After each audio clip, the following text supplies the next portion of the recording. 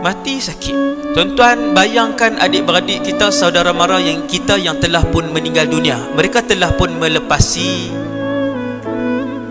satu kesakitan yang paling tinggi di dalam alam ini, dan kesakitan itu tiada tolak bandingnya.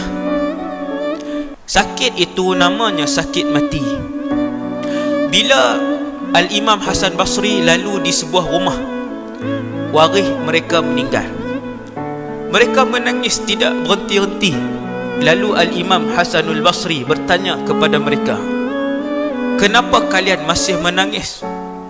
Mereka ni pun jawab, ahli keluarga yang hidup ni jawab, "Kami sedih sangat. Ayah kami meninggal. Ayah kami ni baik." Maka berkata Hasan Basri, "Kenapakah kalian tidak menangisi di atas diri kalian sendiri?"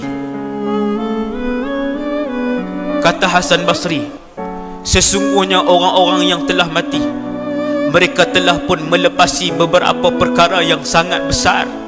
Antaranya ialah mereka telah pun merasakan sakitnya mati.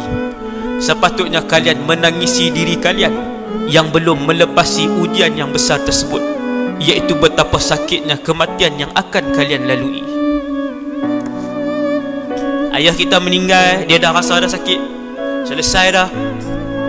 Ada anak tahfiz yang meninggal 24 orang, semua mereka dah rasakan kematian, sedang bersenang lenang di alam barzah sekarang, duk main dah no.